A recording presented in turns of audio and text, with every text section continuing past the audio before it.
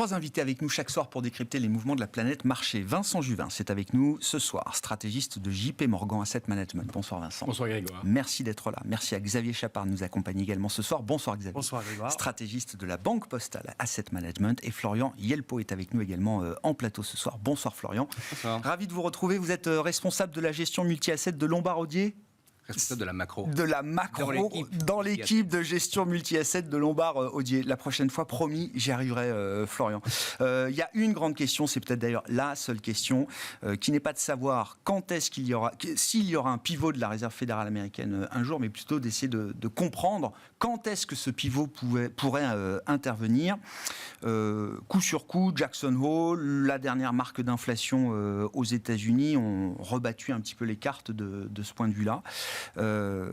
Comment vous essayez de répondre à cette question ? C'est votre métier, le métier que vous avez choisi de répondre à ce genre de questions difficiles. Je commence avec vous, Florian. Comment est-ce que vous essayez de répondre à la question du timing du pivot de la Réserve fédérale américaine ? Et peut-être même qu'on peut prendre quelques instants pour définir ce qu'est le pivot de la Fed tel que vous l'entendez aujourd'hui.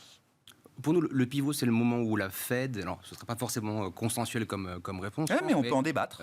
C'est le moment où la Fed va ralentir la violence avec laquelle elle est en train de conduire sa politique monétaire. C'est-à-dire le moment où, à la place de faire des hausses surprises de plus en plus importantes, les fameuses jumbo hikes, on va commencer à avoir probablement un plateau que nous on entrevoit aux alentours de 4,5, qui va marquer le moment où la Fed va s'arrêter pour contempler l'impact de son travail. Ça aura fait 1 an probablement qu'elle aura commencé à monter. On devrait voir les premiers effets d'un ralentissement économique, un jour peut-être aux États-Unis, en dépit de tous les beaux chiffres que vous mentionnez. Dans l'ensemble, nous, alors, on a monté une technologie autour d'indicateurs de no-casting qui nous permettent de suivre un petit peu quand est-ce que les données économiques nous permettent de dire la Fed est plutôt en position de nous surprendre à la hausse ou plutôt, au contraire, va nous surprendre par un côté plutôt dovish, plutôt accommodant. La conclusion de ces indicateurs, c'est que ça fait à peu près 12 mois qu'ils sont dans le rouge et qui pointent du côté de la Fed, mais aussi du côté de la BCE, vers une politique qui devrait être surprenamment agressive. Maintenant, quand on prolonge le trait de ces indicateurs, on arrive à peu près à estimer, si on se calque par rapport à ce qu'on a pu observer au cours des 20 dernières années, si les 20 dernières années peuvent être utilisées comme un calque pour conduire ce genre de calcul, ça nous amènerait à un moment d'accalmie au premier trimestre de l'an prochain. D'accord. Donc on reste quand même devant nous avec un Q4, avec un T4, qui va être un trimestre d'agressivité, un trimestre de dogmatisme, un trimestre où la Fed va simplement nous dire l'inflation est trop élevée et je ferai tout ce qui est en mon pouvoir, le fameux whatever it takes, inversé, à l'envers, pour lutter contre elle. Donc on est encore dans cette phase où le risque pour la Fed est d'en faire trop peu ou trop tard, ce qui a été l'histoire de ces derniers mois. Elle est encore mandatée d'une certaine manière pour peut-être surprendre à la hausse par son agressivité. On n'est pas encore dans une phase où une hausse de taux la semaine prochaine de 75 BP ou par exemple 100 BP serait une erreur d'over-tightening. On n'est pas encore dans ce moment-là. Alors, on n'aime pas trop cette expression d'erreur d'over-tightening, mais de toute façon, ce qu'il faut comprendre, c'est que la Fed, elle pilote à vue. Quand on regarde comment une banque centrale impacte l'économie sous-jacente, une hausse de 100 points de base, en général, coûte à peu près 2% de croissance. Okay, mais ça coûte 2% de croissance 1 an plus tard. C'est-à-dire que le chirurgien vous opère et chaque coup de bistouri, il envoie l'effet 1 an plus tard. C'est assez difficile d'être précis dans ce genre d'environnement-là. Donc, effectivement, il y a un risque énorme qu'on se retrouve dans une récession. Mais c'est un petit peu la volonté de la Fed. Quand on a une inflation de 8%, on peut difficilement nettoyer, purger cette inflation de 8% à l'aide de quelques hausses de 25 points de base. Donc, chacun trouve son rythme, chacun cherche son rythme, chaque banque centrale cherche son rythme. Et encore une fois, il est difficile d'estimer aujourd'hui si la Fed a d'ores et déjà trop monté les taux. Est-ce qu'on a dépassé le fameux taux neutre ? Est-ce qu'on y est déjà ou pas encore ? Nous, on ne pense pas encore. On pense qu'il faut atteindre 4,5 pour arriver à avoir un effet qui soit significatif face à ces 8% d'inflation. Donc ça donne encore quoi ? 200 points de base de hausse de taux, grosso modo, partant du niveau où on est, et sans inclure la hausse de taux de la semaine prochaine. Ouais, c'est ça. C'est la question. Effectivement, tactiquement, est-ce qu'il vaut mieux le faire le plus vite possible, plus vite encore peut-être que ce qu'on a fait jusqu'à présent, ou est-ce qu'il vaut mieux revenir à quelque chose de plus graduel? Vos conclusions à ce stade sur cette idée du pivot de la Fed, du timing du pivot de la Fed, et déjà qu'est-ce que ça veut dire pour vous, Xavier? Ouais, le pivot pour moi ça ne veut pas dire grand-chose. La question c'est de savoir comment le marché lui l'interprète. Et pour moi il peut y avoir 3 pivots. Le premier c'est justement la Fed qui arrête de surprendre en remontant encore plus rapidement et fortement ses taux. C'est donc qu'elle commence à remonter plus que de 50 points de base. Et ça, le marché pourrait être rassuré par ça. À mon avis, ça serait vraiment du court terme, parce que le deuxième pivot, c'est quand est-ce qu'elle annonce qu'elle commence à arrêter de monter ses taux. Donc elle stabilise ses taux, c'est le pivot que vous décriviez. Ça peut être très important. Et là, le marché peut aussi commencer à être rassuré. Mais pour moi, le plus important, c'est le troisième pivot, c'est quand est-ce que la Fed décide que non seulement elle en a fait assez, mais qu'il faut qu'elle commence à rebaisser ses taux plus vers un taux d'équilibre. Après avoir freiné, il faut qu'elle neutralise sa politique monétaire. Et ça, je trouve que le marché, lui, il continue à anticiper ça. On voit des baisses de taux qui sont anticipées avant la fin 2023. Encore, même si c'est beaucoup moins qu'avant. Ouais. Mais le marché voit le pic vers le deuxième trimestre et après un début de baisse de taux. Et à mon avis, c'est là où il y a vraiment un gros risque, parce que si on pense que l'inflation est un peu plus durable, un peu plus ancrée, le risque, c'est que la Fed, non seulement elle doit monter comme elle le fait en ce moment, mais elle doit maintenir des taux élevés pendant un certain temps avant de voir, avec le recul, l'inflation durablement baisser. Le dernier chiffre du mois d'août, qui est un point, mais un point quand même important dans les données d'inflation, valide l'idée que oui, il faudra peut-être maintenir plus longtemps que ce que le marché imagine aujourd'hui, un taux terminal à 4, 4,25, 4,5, on verra, hein, mais ça valide quand même ce schéma-là. Ça valide cette idée dans le sens où on a bien l'inflation qui a atteint le fameux pic est bien passé, hein, c'était en mars dernier, mais par contre, on voit que l'inflation sous-jacente ne ralentit pas nettement, et surtout, on voit que dans les prix, dans les services, continuent à accélérer, et que les salaires se sont à peu près stabilisés sur les 3 derniers mois, la croissance des salaires, mais à un niveau de 6%. Donc pas du tout compatible avec une inflation à 2%. Et ça, avant que ces données-là ralentissent vraiment, on sait que ça va mettre au moins jusqu'à la deuxième partie de 2023. Et pour que la Fed soit relativement confiante que le travail est fait, il faut voir ces chiffres avant de commencer à rebaisser les taux. Vincent, vos commentaires sur cette idée du pivot de la Fed, ce que ça représente pour vous chez JP Morgan AM, et est-ce qu'on peut essayer de spéculer ou de réfléchir à un timing, effectivement, qui correspondrait à un moment où l'économie américaine peut-être entrerait dans une phase de ralentissement un peu plus prononcée que ce qu'on peut observer? Alors je souscris à ce que viennent de dire mes collègues par rapport à l'idée que c'est pas au moment où la Fed commence à baisser ses taux qu'on va appeler ça pivot, c'est le moment où on commence à infléchir la cadence en tout cas de hausse de taux. Donc cette première dérivée-là qui est importante. Pour moi, il est évident qu'au vu des chiffres d'inflation publiés cette semaine, ce sera 75 pour le mois de septembre de hausse de taux. Ça nous portera à 3,25 en termes de niveau de taux d'intérêt. Je pense que ça c'est déjà un message important. Qu'on soit à 4,5 taux terminal ou à 4 comme nous le pensons, on a déjà fait l'essentiel du travail. Donc déjà c'est quand même pour moi quand même important. Le gros de l'ajustement monétaire, quoi qu'on en pense, il est déjà derrière nous. Donc je pense que ça c'est quand même un élément dont il faut tenir compte, certainement un jour comme aujourd'hui où le taux américain approche à nouveau de 3,5. Il y a quand même, pour moi en tout cas, matière à réflexion en termes d'asset allocation. On voit que ce qui a déjà été réalisé comme hausse de taux a déjà eu un impact significatif sur l'économie. Alors c'est vrai pas encore sur les inscriptions de chômage, on voit ce marché du travail être résilient. Je pense qu'Alix a remarquablement bien mis en lumière un certain nombre de points de résilience de l'économie américaine. C'est vrai, maintenant le marché immobilier est quand même en difficulté évidente. On voit qu'il y a un ralentissement voulu mais effectif en tout cas de la portion marché immobilier aux États-Unis qui est observée. Donc ça c'est déjà quelque chose qui vient quand même illustrer le ralentissement de l'économie américaine qui, rappelons-le, vient quand même d'enregistrer 2 trimestres de croissance négative consécutifs. Donc c'est pas une économie. Je pense que la Fed fait le travail de ralentissement de l'économie et ce ralentissement in fine devrait quand même. 2 trimestres négatifs, c'est pas lié à la politique politique monétaire de la Fed. Il y a quand même un ralentissement effectif qui est lié au durcissement des conditions financières. On ne peut pas dire que l'anticipation de la politique monétaire. Je souscris à l'idée que l'essentiel de l'effet se fait, je dirais, dans le temps, mais enfin, le ralentissement du marché immobilier, c'est déjà moins d'activité dans la construction, c'est déjà, il est déjà effectif. On voit d'ailleurs au niveau des résultats d'entreprise qu'il y a des ajustements à la baisse qui sont réalisés depuis le mois d'avril, donc il y a quand même un impact en tout cas de conditions financières qui sont moins favorables aujourd'hui. Il y a un impact aussi d'une politique budgétaire qui est moins favorable. On a quand même un déficit qui passe de moins 13, moins 15 à moins 4, moins 5. Donc, il y a un ensemble de facteurs qui fait que ce ralentissement est à l'œuvre. Alors, derrière le pivot, je voudrais dire qu'il y a quand même aussi un signal important pour le pivot, il n'y en a pas eu cette semaine, c'est l'inflation. C'est le pivot de l'inflation, appelons-le comme ça, mais je pense que c'est si le canari dans la mine de charbon pour signaler la fin de la récréation monétaire, ce sera vraiment bien l'inflation.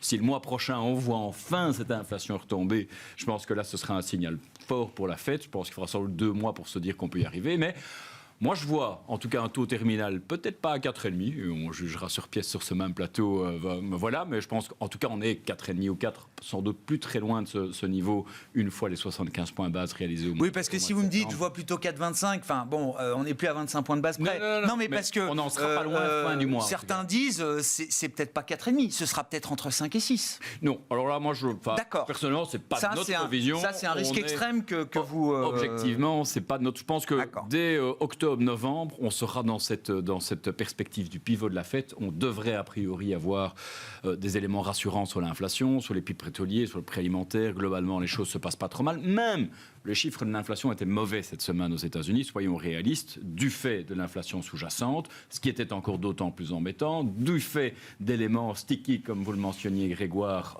les loyers et autres. N'oublions pas que dans cette composante loyer, il y a un peu cette bizarrerie américaine, qu'on retrouve parfois un peu chez nous sous des formes diverses, c'est Owners Equivalent Rent, qui, objectivement, personne ne paye. Et on peut encore se demander si ça concourt à la dynamique inflationniste. Il faut le rappeler, on envoie des questionnaires aux propriétaires en leur demandant si vous deviez être locataire de votre logement, combien est-ce que vous payeriez de loyer pour un logement identique ? Voilà, c'est ça la question. Ce qu'on a d'ailleurs sous des formes diverses et variées en Europe, je ne sais pas. Et ça pèse très lourd dans l'indice quand même. C'est assez cette notion de loyer implicite. Donc voilà, c'est 25%. C'est 25% de l'indice. Je suis pas en train de nuancer, pour autant, ça restait un mauvais chiffre, mais enfin les loyers sont un problème particulier auquel la Fed a malheureusement peu de réponses, puisqu'il y a un sous-investissement chronique en immobilier, et depuis des années, le stock est trop faible. Et là, elle a fait le job via les coûts des prêts hypothécaires. Réduire le déficit de logement, ça ne se fera pas du jour au lendemain. Il faut encadrer les loyers, c'est ce que font un certain nombre d'États américains, et de là viendra la solution. Mais donc, réponse courte à votre question, après toutes ces explications, je pense que d'ici octobre-novembre, on y verra plus clair sur l'inflation. Je pense que d'ici octobre-novembre, la Fed pourra, après les 75, réellement réduire la cadence. On sera sans doute dans cette perspective du pivot. Je pense que pour moi, compte tenu du resserrement des conditions financières, compte tenu de la tendance au niveau global, en tout cas un fort ralentissement de l'économie américaine, un coup d'arrêt est quand même envisageable, voire une légère récession. On discutera peut-être dans les minutes qui suivent.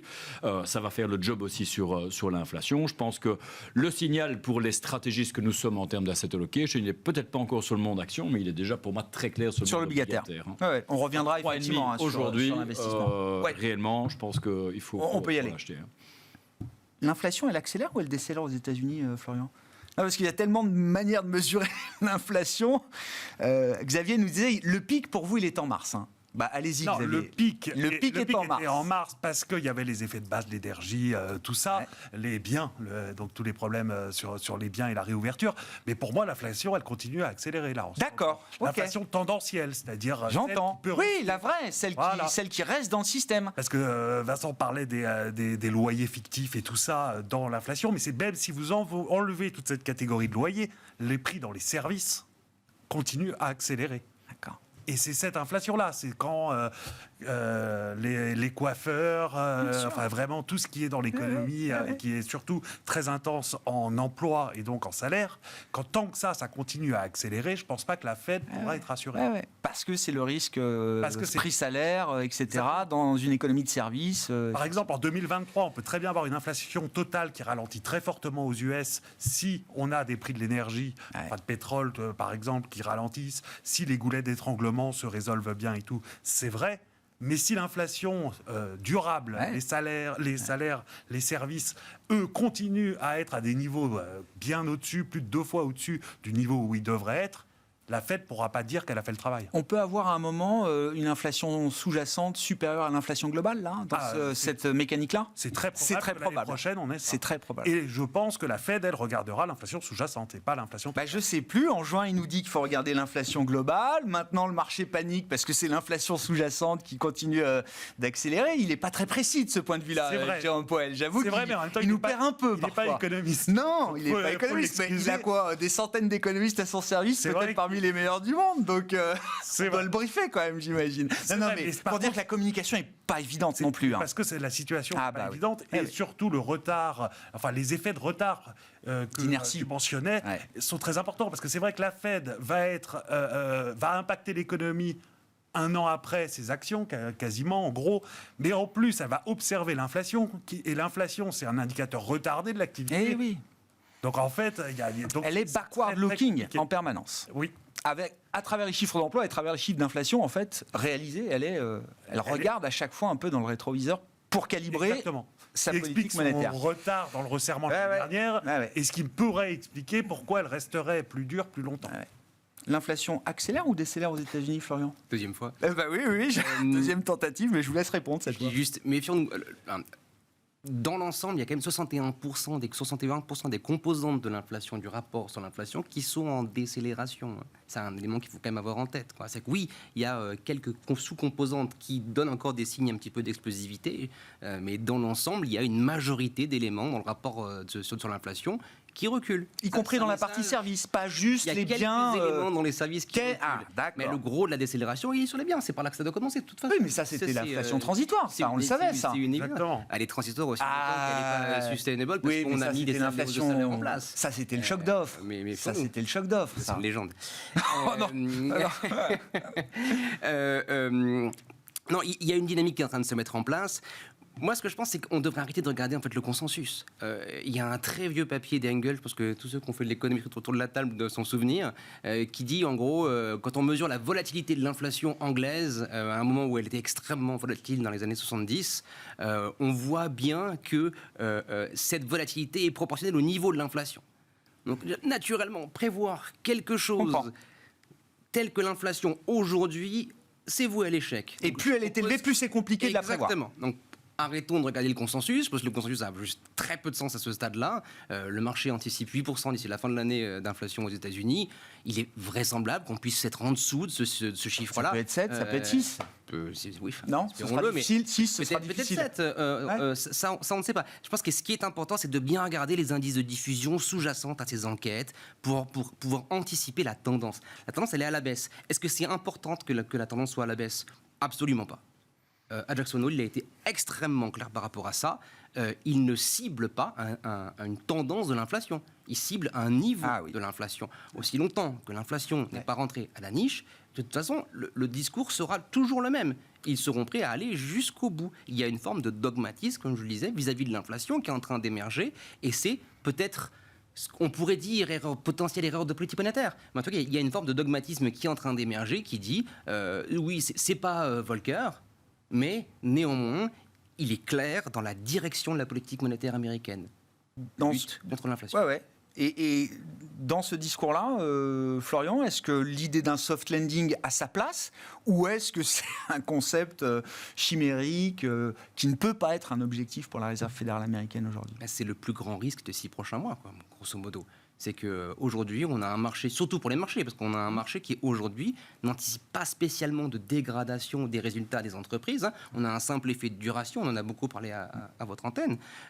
Si les résultats des entreprises se mettent à se détériorer pour plusieurs raisons, parce que marge, parce que aussi turnover, donc la partie chiffre d'affaires, se dégrade, ces deux effets mélangés, vu les niveaux d'anticipation qu'on a aujourd'hui, 8% de croissance des résultats sur l'année, qui correspond plus ou moins d'ailleurs à l'anticipation de croissance tout court sur l'économie américaine, par exemple, on est face à un risque. On est face à un véritable risque. Et surtout, il y a plusieurs banquiers centraux américains qui ont osé faire des commentaires en disant le marché baisse, c'est une bonne chose. Ils ne sont pas effrayés par le fait que le marché retrouve des niveaux de 3300 aux États-Unis sur le S&P, par exemple. Non. Ça ne leur fait pas peur. L'important, c'est l'inflation. Et Powell a bien dit qu'il voulait que le marché de l'emploi soit moins tendu. Donc ça suggère que la Fed veut une hausse une remontée du taux de chômage. Voilà. Ouais. Alors après, elle veut une hausse de l'ordre de 0,2, 0,3 points par an. Le seul problème, c'est que ça, on ne l'a jamais vu dans l'histoire. Ouais. C'est quand il Ah non, mais monter, s'il réussit le soft landing, il entre dans l'histoire. De toute Exactement. façon. Alors après, il y en a eu un dans les années 90, au milieu des années 90. Ouais. Donc c'est possible à faire en théorie. Ça paraît très très compliqué. Et la mesure du soft landing, c'est le taux de chômage. C'est ça. Est-ce qu'on arrive à faire atterrir l'économie sans faire remonter violemment le taux de chômage? C'est une des manières de mesurer Moi, je dirais que la réussite ou non du soft Le landing. soft landing, c'est vous avez une croissance du PIB qui n'est pas négative et par contre vous avez une légère remontée du taux de chômage. D'accord, ok, je comprends. Donc Je comprends. l'activité ne se contracte pas, mais le marché de l'emploi se calme un petit peu. Ouais. Pour Et ça, moi, c'est aussi rare que C'est très très rare et très très compliqué. à la faire. licorne, quoi. C'est ça. Si vous avez des commentaires encore sur la partie US, puis je veux qu'on dise un mot après Non, mais de on se l'Europe, concentre évidemment. sur le soft landing, je pense qu'il ne faut pas avoir peur du finalement ralentissement léger. Je pense qu'il faut oser se mettre dans cette perspective. Ouais. Je pense que le soft landing, a priori, compte tenu de la difficulté de l'exercice et de la rareté, en Oui. tout cas de la manière qu'il a été réalisé dans le passé, je crois qu'il faut peut-être l'exclure aujourd'hui. Est-ce qu'on a un ralentissement fort ou un ralentissement léger de l'économie américaine? Je pense qu'aujourd'hui, compte tenu des informations à notre disposition, compte tenu finalement de la relative prudence aussi de la Fed quand même jusqu'ici, je pense qu'on peut se diriger vers cette perspective de ralentissement léger de l'économie américaine. Ça semble évident et ça fera un peu le job sur l'inflation aussi. Donc je pense que, encore une fois, j'en reviens finalement à ce pivot qu'on pourrait finalement assister assez rapidement. Parce qu'il y a quand même une récession modérée qui va se déclencher vraisemblablement dès le début du 4e trimestre. On faisait un événement pour nos clients européens cette semaine à Londres chez JP Morgan. On a fait des sondages, préparé à peu près 100 CIO européens et assimilés, voir un peu quelles étaient leurs perspectives sur en effet le début de la récession aux États-Unis. C'est vraiment le Q4 pardon, de cette année qui ressortait vraiment comme la date un peu déclenchée. Donc ça veut dire que, voilà, encore une fois, dans cette idée de pivot, on est probablement... Donc les États-Unis seront peut-être en récession en même temps que l'Europe, quoi. Voilà, alors en Europe, malheureusement, la récession risque peut-être d'être d'une autre ampleur, à voir, c'est d'ailleurs pas sûr non plus, mais enfin, aux États-Unis, on se dirige vraisemblablement, et c'est en tout cas l'avis, en tout cas de nos économistes aux États-Unis, vers une récession modérée, mais une récession quand même, au cours des prochains trimestres. Pour les marchés, à mon avis, il y a quelque chose qui est un peu différent des dernières années. C'est-à-dire que là, le scénario, on est assez d'accord, nous, sur le scénario d'une légère récession américaine au Q4, Q1, mais légère, en fait. Ouais. Pas un gros trou, mais parce que la Fed aura voulu faire ralentir. Donc les marchés peuvent anticiper rapidement une Fed beaucoup plus accommodante, un peu comme elles avaient fait cet été, dès qu'on anticipait un ralentissement. Et c'est là où on pourrait avoir un rebond des marchés qu'il faudra être positionné pour capter si on le peut. Ouais, je comprends. Mais il faudra rester prudent, à mon avis, parce que c'est pas du tout sûr, comme l'a dit, montré à Jackson Hole tous les banquiers centraux, qu'il y a un pivot si important parce que la croissance ralentit. Si on n'a pas ça, un gros ralentissement. Et c'est pas neutre, hein, parce qu'au mois de juillet, effectivement, c'est 20% de hausse pour le Nasdaq, hein, quand même, partant des points bas de fin juin. Et c'est sans doute effectivement ce que ne voulait pas voir Jérôme Powell à ce stade. En tout cas. Donc attention à ce genre d'épisodes qui peuvent se reproduire. Ça donne l'impression un peu d'un truc stop and go permanent, pas facile à gérer en tout cas pour les investisseurs. Et les taux seront la clé évidemment, mais c'est vrai que si on se dirige dans cette perspective de finalement récession légère, mais récession tout de même, on a des taux à 3,5 aujourd'hui. Inévitablement, on pourrait imaginer des taux qui reconvergent vers 3, voire 2,5, ce qui pourrait changer aussi la donne sur les marchés en termes, peut-être pas sur la direction des marchés dans leur ensemble, mais sur en effet ces arbitrages valeur-croissance. Comment vous quantifiez le risque de récession aux États-Unis là aujourd'hui, Florian? On est assez aligné avec ce qui vient d'être dit. Dans l'ensemble, nos indicateurs pointent vers une imminence de l'entrée des États-Unis en récession. C'est pas le cas de l'Europe. L'Europe est remarquablement résiliente. On regarde les enquêtes notamment de la Commission européenne qui sont toujours en fait très élevées, encore une fois. Indice de diffusion, oui, ça ralentit, mais le niveau il reste quand même assez fort en dépit d'une crise énergétique et une BCE qui commence seulement son cycle de resserrement. Je pense que c'est un élément qui aide aussi à expliquer que l'Europe ne soit pas encore complètement dans l'œil du cyclone.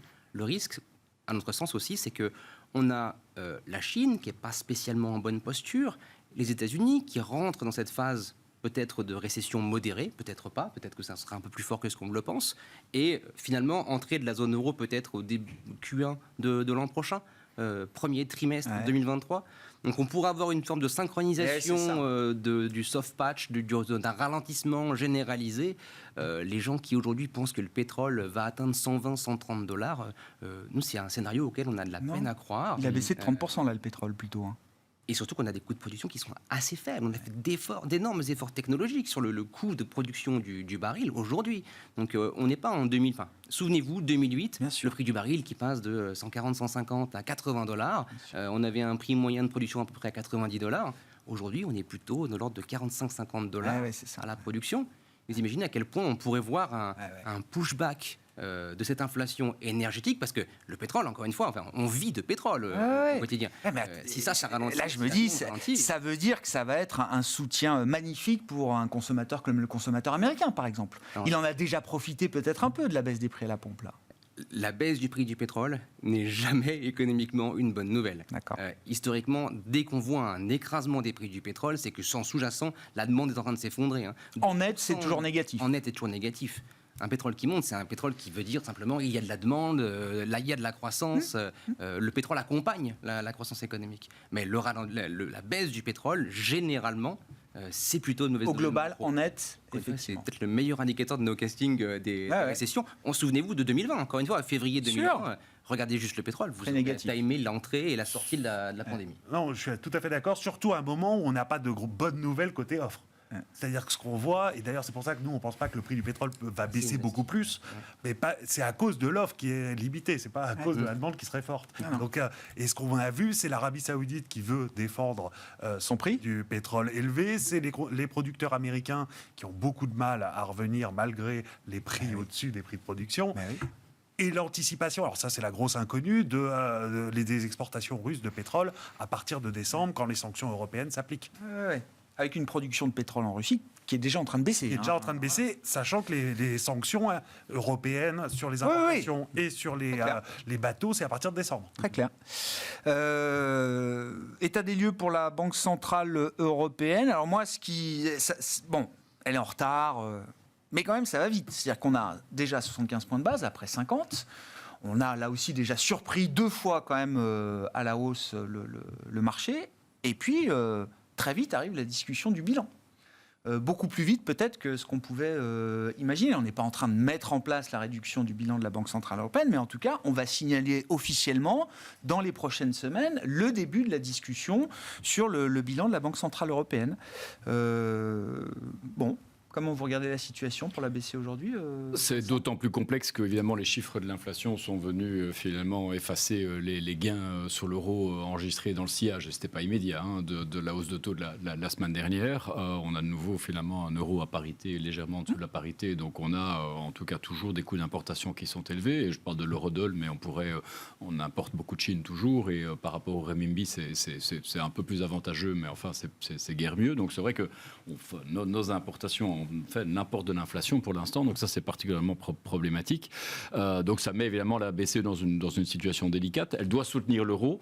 Je ne pense pas que l'économie européenne ait vraiment besoin d'un durcissement des conditions financières. Aujourd'hui, il y a déjà finalement un impact sur la demande qui est inhérent finalement à la crise énergétique, aux incertitudes qui en sont induites et autres. Donc c'est vrai que si l'euro n'était pas aussi faible, je pense qu'elle pourrait être vraiment beaucoup plus attentiste sur les taux. Donc ça c'est un petit peu le problème du moment.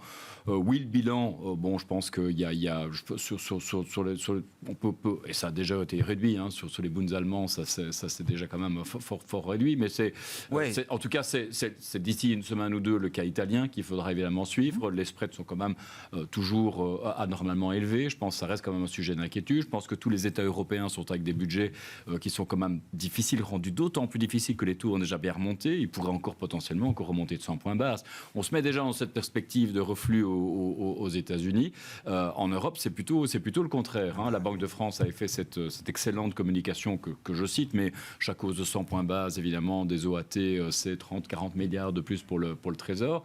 C'est énorme à l'heure où on voit qu'il faut déployer des moyens pour soutenir la population face à la crise énergétique. Et ce n'est peut-être que le début. On pourra encore avoir 100 points base supplémentaires si la BCE est acculée comme c'est ce qu'on peut craindre actuellement au vu des chiffres de l'inflation, au vu du niveau de l'euro, de continuer, peut-être pas à 100 points base en un coup, mais enfin de monter encore ces taux de 100 points bas supplémentaires. Ce qui me fait dire, moi, que sur la zone euro, compte tenu de cette contrainte pour la BCE, une récession, c'est peut-être pas l'an prochain, mais c'est peut-être...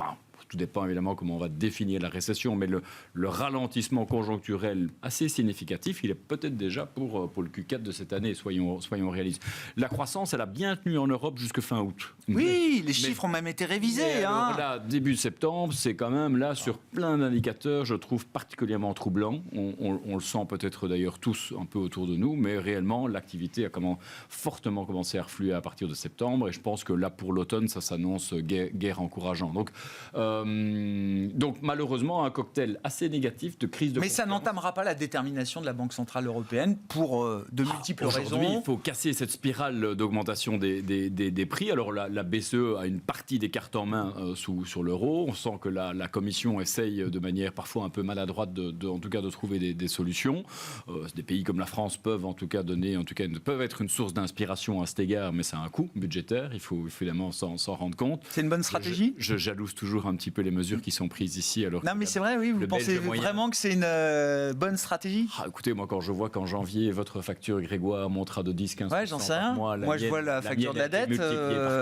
Vous avez commencé par parler de la facture de la dette. C'est 50 milliards à chaque fois que ça nous coûte. C'est pas à nous que ça coûte, d'ailleurs, en plus, Vincent. Non, mais sérieusement, c'est une bonne stratégie de choisir, justement, de comprimer au maximum cette inflation. Ex post, en tout cas, et on verra. On s'est tous enthousiasmés sur la résilience des chiffres européens jusqu'ici au deuxième trimestre. L'Allemagne était à l'arrêt avec une inflation record. La France avait une inflation certes revue récemment à la hausse, mais enfin bien inférieure que la zone euro. Une croissance qui a bien tenu. C'est faire le pari de protéger la population, la consommation et les entreprises par rapport 50 milliards tous les 6 mois, oui, ça met un peu d'accommodation. En tout cas, il y a un risque que ce genre de politique vienne se télescoper, en tout cas au resserrement monétaire de la BCE. Et là, oui, j'ai pas de grosses convictions sur ça, si ce n'est que le travail de la BCE est encore une fois éminemment compliqué dans ce contexte-là. Alors qu'outre-Atlantique, c'est relativement plus simple et plus lisible. Est-ce qu'il faut que la BCE attaque la question, attaque le bilan, mais d'abord la discussion sur le bilan. Enfin, comment vous voyez les termes du débat pour la Banque Centrale Européenne sur cette question quantitative ? La BCE, elle a un challenge que n'a pas la Fed, qui sont les spreads périphériques, c'est-à-dire le taux auquel que l'Irlande, la Grèce, l'Italie, l'Espagne peuvent emprunter de l'argent. Elle est crédible de ce point de vue-là. Enfin, Vincent a l'air de dire que le spread italien est 240 points de base. Ça peut paraître légitime, non entre l'Italie et l'Allemagne. Oui. Non, je sais pas. Ça reste quand même par rapport au plus bas de 2021, sensiblement plus large. On sent qu'il y a quand même un petit stress qui est déjà présent. En tout cas, une interrogation du marché par rapport à la capacité de la BCE d'encadrer les troubles politiques éventuels qui pourraient. Donc il y a un sujet de crédibilité quand même qu'il faudra défendre. Oui. Pardon, ils sont dotés d'un outil qui a l'air complètement discrétionnaire avec beaucoup de règles extrêmement systématiques qui lui permettront de piloter la situation au gré. Globalement, la problématique de la BCE, c'est la problématique de la Fed il y a 6 mois, pour nous, aussi simplement que ça. Alors, je ne suis pas complètement d'accord sur la croissance européenne, comme je l'ai dit, mais pour nous, la zone euro, c'est les États-Unis il y a 6 mois, c'est-à-dire de la croissance qui tient encore la route et l'entrée dans le choc d'inflation. On est loin d'avoir vu le bout du choc d'inflation. Et la nature de l'inflation, c'est pas le débat. Mais le problème, c'est qu'une fois qu'elle s'est installée, de toute façon, elle va être de plus en plus difficile à éliminer. Donc, autant prendre aujourd'hui la pilule qui fait mal. Ça, c'est l'argument Schnabel. Et aller jusqu'au bout. Ouais. Alors, j'ai l'impression qu'en Europe, on a envie de dire que l'Europe va mal, et on voit l'Europe comme quelque chose d'assez fragile. Je trouve que depuis ces 12 derniers mois, l'Europe elle a su faire montre de solidité, d'une croissance qui est assez forte. Dans l'ensemble, il se passe plein de choses en Europe. Et on a cette espèce de biais. Enfin, je pense qu'on a une forme de biais cognitif. L'Europe de 2011, celle de la crise des spreads souverains. Je pense qu'on ne vit plus dans cette Europe-là. Cette Europe-là, elle a été considérablement réformée et qu'elle peut encaisser des hausses de taux. La BCE, aujourd'hui, elle doit monter les taux vite, fort, franchement, en ayant une communication assez germanique, quelque part, dans son traitement de la question de l'inflation. On y est prêt et il faut soutenir l'euro. Il faut soutenir l'euro, par contre, c'est la variable clé pour éliminer une partie de l'inflation et essayer un petit peu d'équilibrer le bateau. Moi, il faut le dire aux investisseurs globaux. C'est eux qui vendent l'Europe. Quand on regarde les flux, la décollecte massive sur les actions européennes, c'est pas juste un truc d'euro-bashing venant des Européens. L'adhésion à l'euro, le dernier eurobaromètre d'Eurostat, l'adhésion des citoyens de la zone euro à l'euro n'a jamais été aussi élevée. C'est 80% de citoyens en zone euro qui disent aujourd'hui, oui, je suis pour l'euro. C'est un niveau historiquement élevé. C'est les investisseurs qui vendent l'Europe. Oui, non, je parle des stratégistes. Non, mais, je suis d'accord avec vous. J'ai eu longtemps un prisme assez négatif sur la zone. Non, c'est vrai qu'on trouve que la vision sur l'Europe est très très négative sur les marchés, pour les investisseurs internationaux en particulier. C'est quoi, c'est les traumas précédents qui sont toujours présents? Je pense qu'il y a beaucoup de ça. Il y a aussi que c'est compliqué l'Europe. Et on le voit avec les négociations pour les mesures sur l'énergie. Il y a le fait quand même, un fait qui est vrai, qui est que le choc énergétique, c'est quand même l'Europe qui le subit le plus gros. Donc le risque de, j'allais dire, s'il y a un pays, une zone où il y aurait une récession massive, le plus probable, ça sera en Europe. C'est pas du tout notre scénario central parce qu'il y a la réponse des gouvernements, parce que la construction européenne, au final, avance. Là, c'est sur le marché de l'énergie, c'était sur le budget pendant le Covid. Et puis sur l'union bancaire avant, etc.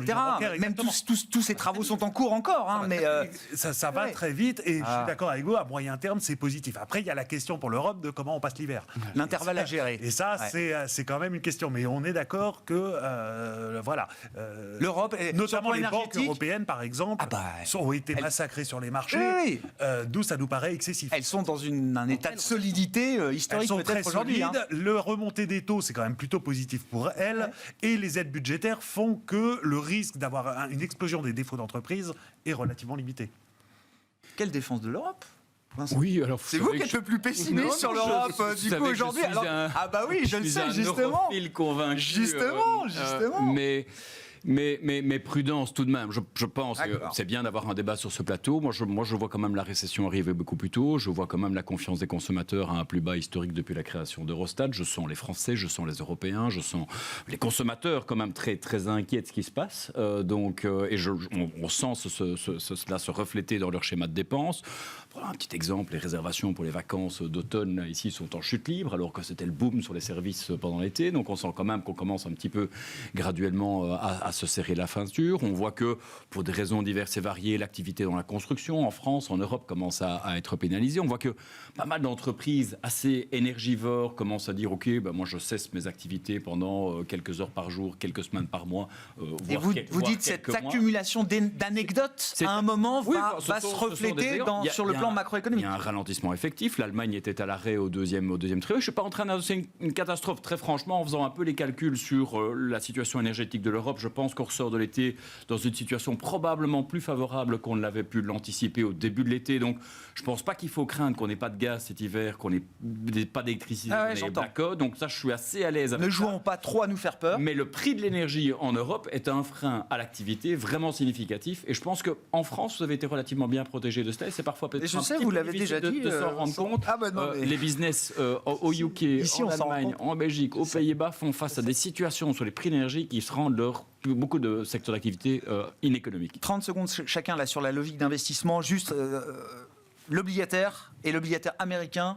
En premier lieu, c'est là où vous retrouvez le plus d'intérêt aujourd'hui, Vincent ? Ah oui, moi clairement ici, la duration en Europe, la périphérie, c'est quelque chose pour l'instant on reste en dehors, sans prévoir en tout cas d'élargissement non contrôlé des spreads, mais en tout cas on est prudent, je pense en tout cas on est conscient que le travail de la BCE est encore à réaliser et qu'il y a des déconvenues à attendre sur les taux. Je pense qu'on se dirige vers un ralentissement conjoncturel mondial relativement modéré, mais qui pourrait entraîner certainement un marché où le repricing a déjà été opéré, les taux à la baisse. Donc, plutôt sur ce genre de sous-jacent, plus que sur les marchés d'actions. Sur les marchés d'actions, on cherchait de la résilience. Elle sera potentiellement plus aux États-Unis qu'en Europe pour l'instant. Je reconnais juste qu'il y a énormément de pessimisme sur l'euro. Donc, c'est vrai, sur l'Europe. Donc, c'est vrai qu'à la fois, je ne suis pas optimiste, mais je me rends compte que les marchés d'actions... On ne peut pas être plus pessimiste que ça. Trahissent déjà énormément de déconvenues. Donc, à long terme, why not ? Mais à court terme... Et si je ne serais pas fidèle à moi-même, si je ne mentionnais pas une dernière thématique obligataire, obligation chinoise souveraine en euros, meilleure classe d'actifs obligataires cette année. On est à 8% hier to date en euros. Donc voilà, il y a moyen de faire de l'argent sur les marchés obligataires. Je le rappelle tout de même sur ce plateau. Le retour du fixed income ? Oui, surtout le retour du cash. Ouais. Pour nous, Jackson Hole, ça a été l'occasion vraiment de pivoter notre positionnement progressivement. Et avec De refaire du cash. Oui, Vous aviez réinvesti? On est remonté jusqu'à 90% de cash et on est retombé à 50% de cash.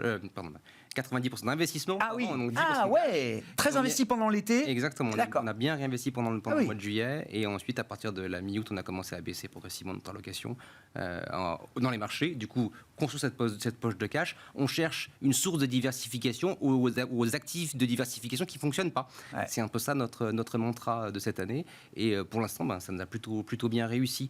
Les actions, pas très positifs. Les matières premières, encore moins. On voit des renversements de tendance dans les matières premières. C'est en train de bouger. 20 secondes, il faut qu'on s'arrête, Xavier. Mais vous avez dit les banques européennes, déjà, c'est peut-être excessivement Exactement, massacré. on est toujours sur des secteurs value relativement défensifs sur l'equity. Et c'est vrai que sur les taux, on revient un peu plus neutre alors qu'on était sous-pondéré. Mais surtout, on continue à jouer des aplatissements de courbe, que ce soit aux US, enfin les d'accord. ou en Europe. Merci beaucoup, messieurs. Merci d'avoir été avec nous pour cette discussion ce soir. Vincent Juvin, JP Morgan Asset Management, Xavier Chapard, la Banque Postale Asset Management et Florian Yelpo, Lombard Odier, étaient avec nous en plateau.